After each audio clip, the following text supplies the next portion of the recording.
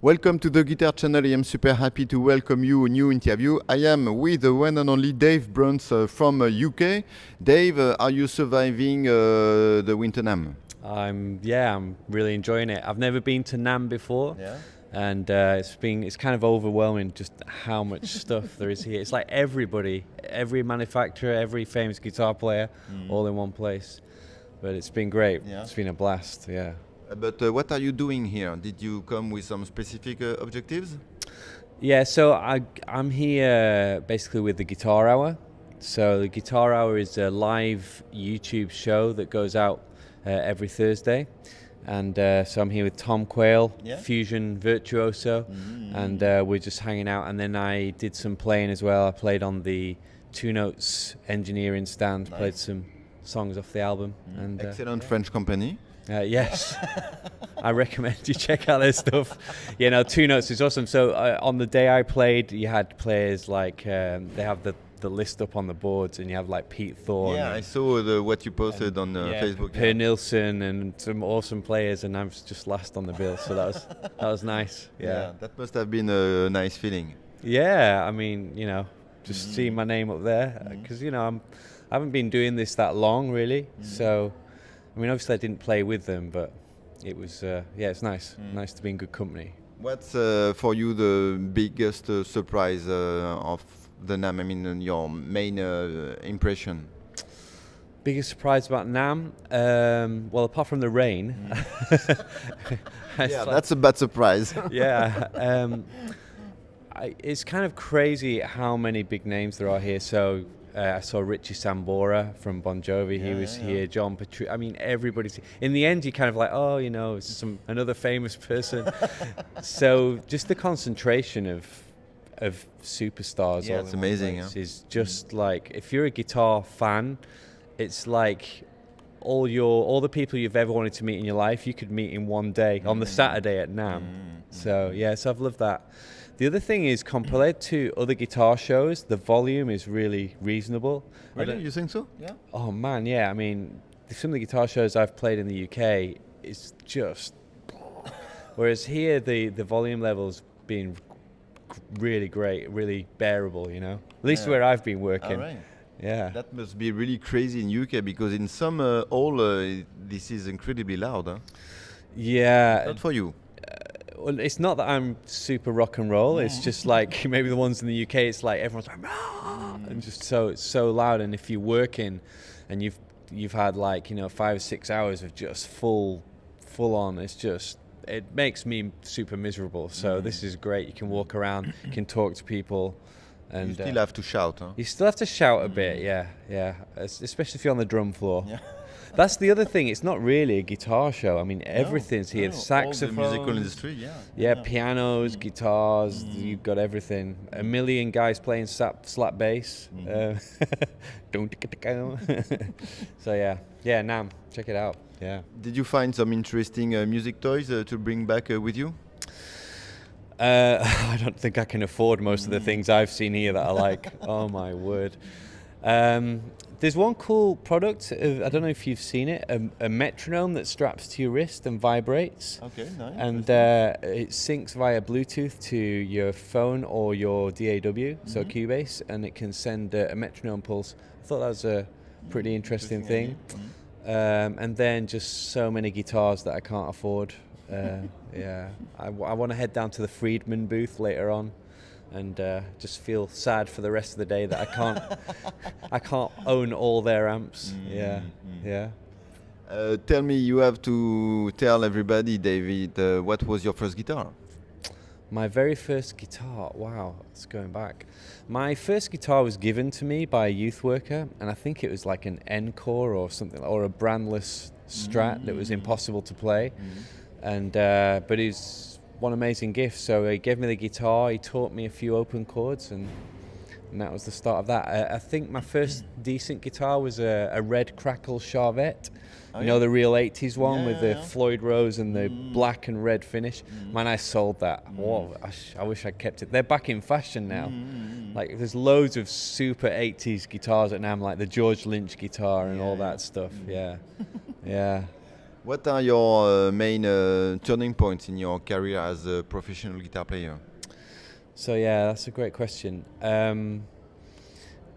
Obviously, I've started playing guitar quite late. I was 15, and I've always worked connected to music, done a lot of teaching. But in 2013, I decided to quit my job and go into music full time. So it feels really recent for me. So basically, for me, the turning point was hitting rock bottom and just thinking, I just can't continue doing this dead end job. What was your regular job? I worked in education, so I taught music in prisons. I taught music to kids who've been kicked out of school, guitar, bass, drums, and so what we'd call in England alternative education. Okay.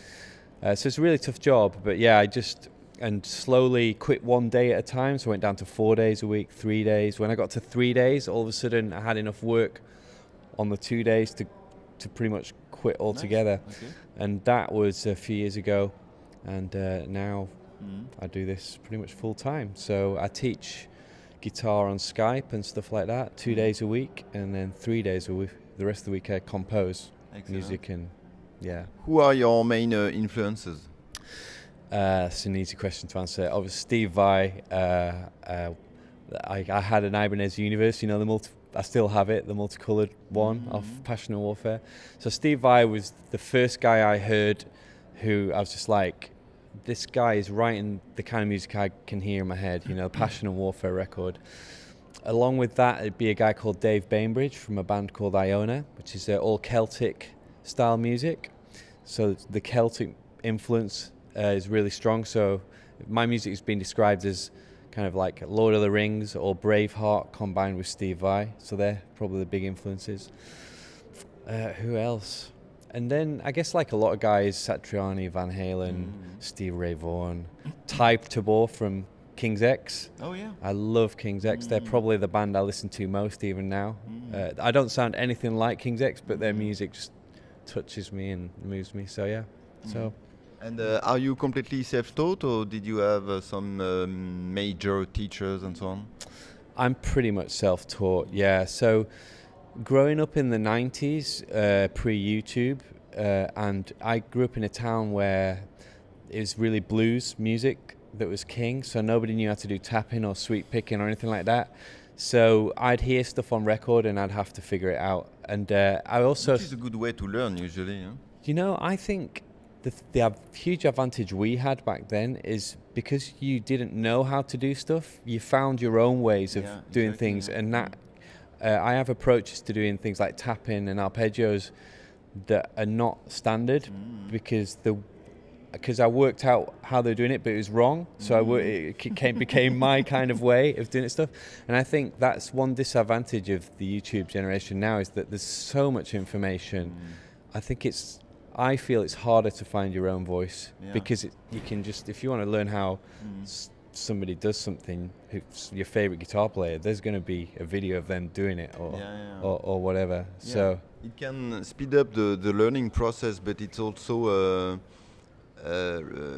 less rich way to do it, because you don't get to actually try to do it, or try to, as you just said, find your own way, and I think it slows down the assimilation process, because someone gave you the solution on how to do it, and you didn't work hard enough. I remember spending hours and hours trying to play the solo from Sultans of Swing from Mark Knopfler, and it was 2 notes at a time, and when you do that, it helps you build up your chops, or at least find your voice more easily. And when I compose, I sing everything. Okay. And I think one advantage from working everything out by ear, for example, when I was trying to learn Yngwie Malmsteen and not understanding how sweep picking or arpeggios worked, is like if eventually you hear it so much, you can hear the playing, and then almost as you can hear it, you can kind of play it, because if I think, right, I've got a situation, I want to do something that sounds neoclassical, I can just so hear that, because I had to hear it and memorize the sound long before I could play it. So yeah, there you go. That was growing up in the 90s, kids. Shut down YouTube and get to work, guys. Yeah, absolutely. Before we talk about your album, you have to tell me how you financed it. It was completely crowd-financed, right? Yeah, so basically what happened is I had this idea I was going to release a single a month, and by the third single I realized it was a really bad idea because nobody was buying it. And somebody said, oh, there's this thing called crowdfunding, I never heard of it. And so in about a week from hearing about it, I shot a video and launched the crowdfunding. I worked out that I needed £6,000. I don't know what that is in euros.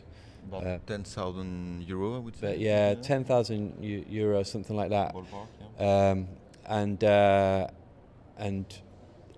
And to my amazement, it just really took off. So it started really strong, and then it dipped, and I was like, "This is a bad idea. I've asked for too much money. It's not going to work." And then, yeah, we hit the target. And in fact, in the guitar community, I think it was double the target of what most people were asking. So I didn't know that. That's because I didn't know what I was doing. But so that means that you already had a very strong community around you on YouTube because you were giving lessons and so on, or?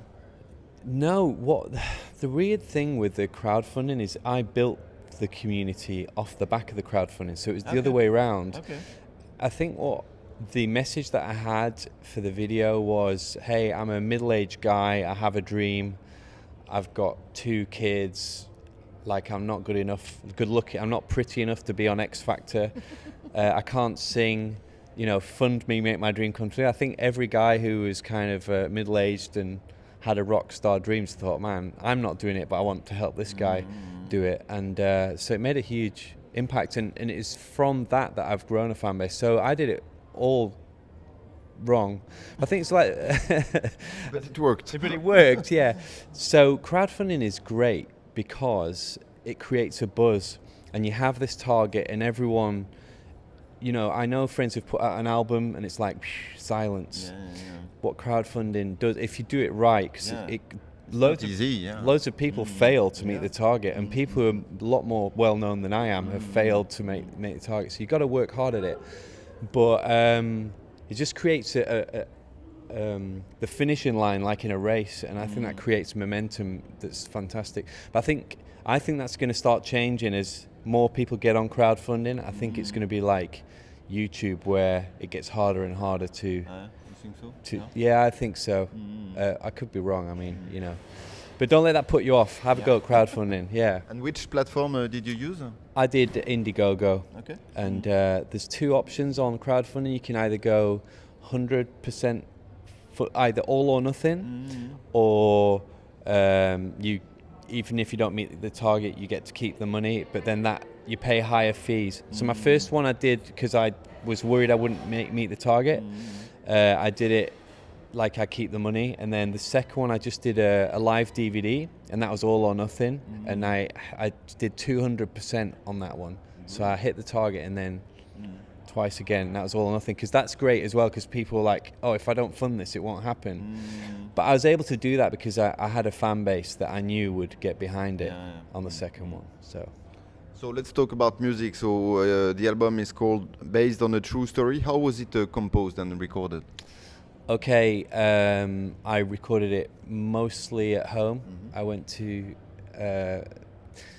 because we didn't have access to a big studio, and we recorded the drums in someone's front room, and then all the guitars I recorded at home using the 2 Notes gear. Okay. So I record, because I make my own amps and stuff. So with the 2 Notes Reload, you can record the DI, and then when all the neighbors gone out, I reamped all the guitar parts in one go. So all the rhythm parts, and you just play it all through and move the mics and get the sound. So I was able to get a really professional sound all from home. And then the great thing for me is that it was mixed and mastered mixed by Dave Bainbridge from Iona, who's a real hero of mine. I think I mentioned that earlier. He's one of my biggest influences. So I decided not to mix it myself, even though I'd recorded it all myself, just hand it over. And it was mastered professionally as well, thanks to the crowdfunding. How would you define your music? Well, somebody else defined it for me, which is Lord of the Rings crossed with Steve Vai. Okay. So it's like orchestral film music.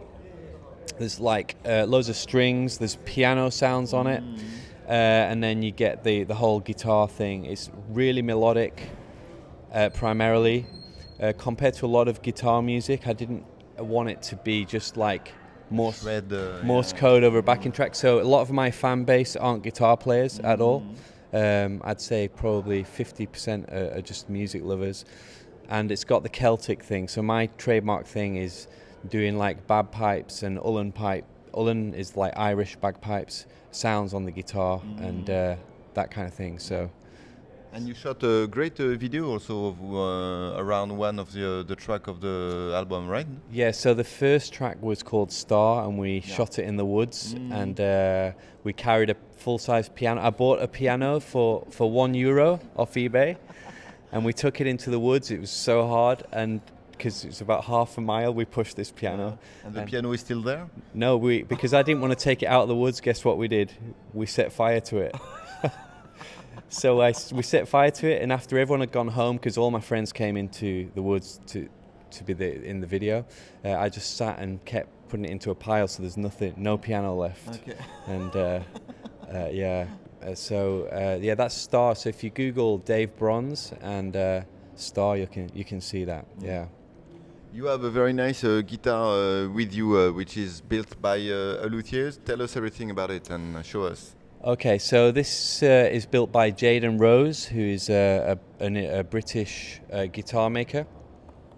I don't know if you can see it. It's basically kind of an RG kind of shape, but I've got a Floyd Rose, but a non-locking nut. Okay. It's 24 frets. Some of the really different things is that I've got 2 actual real F holes in there, which I kind of like. What else? The finish you won't be able to see on the camera, but the finish feels really rough. So it's got like, you can really feel the grain of the wood, because that's kind of one of my trademarks. Like, I build my own amps, all the cabinets are natural finish. The neck is Wenji, I think it's pronounced. Yeah. Really cool. These nice. cool tuners.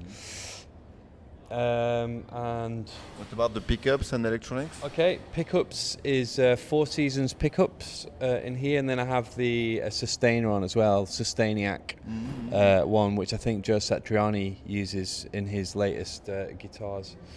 But you don't have the switch to activate. It's on a push pull here, so you pull this out, and then I don't have a tone control. That's different harmonic modes on there. And in the back I have the tremolo as well. Don't know if you know what that is, so I can block the trem for doing Band, down-tuned, double band, and playing country. No, not really. no country on this guitar. And one really cool feature is the dots glow in the dark. That's because I was on one tour and the lights sort of stopped working. I'm in this big tapping solo flying around, and the lights went out, and then I realised, wow, I really need to see the dots more than I thought. So on the guitar I had the glow in the dark dots, and they're amazing, man. The sun charges them up, or you can do it with a UV torch, and it lasts for a few hours. So every guitar should have those on, man. So yeah. All right. What can I wish you for 2017? You can wish me that I will complete my second album, which is half done now, and Estimated time of release? I'm aiming for summer, but I've got to go to Holland to record a choir, and I'm getting a real orchestra on this one, folks, and I've got to crowdfund it. Okay. So real orchestra and choir. It's going to be a big crowdfunding campaign. Right. Where can people find you on the internet? What's your website? It's Dave Brons. So my surname is Brons, and Dave, Dave, DaveBrons.com. My music you can buy from the website. I think it's cheaper to buy from the website, or you can buy on Bandcamp. So if you look me up on Bandcamp, obviously you can get it on Spotify and iTunes as well. But please buy it from Bandcamp and my website. Excellent. Dave, it was great to have you on the show because we've been in contact like for a couple of years now, something like that. You even gave me a hand by proofreading my book, so that thank you for that. So you see, it took 2 or 3 years, but we finally met. Yeah, that's good. Yeah, thanks. You were there at the start. That's awesome. You knew me before I was cool, or something like that. Is that how it goes? I'm still not cool, but you know what I mean. All right, Dave, thank you very much, and I wish you all the best for 2017. Thank you. Salut et bonne chance. Bye bye.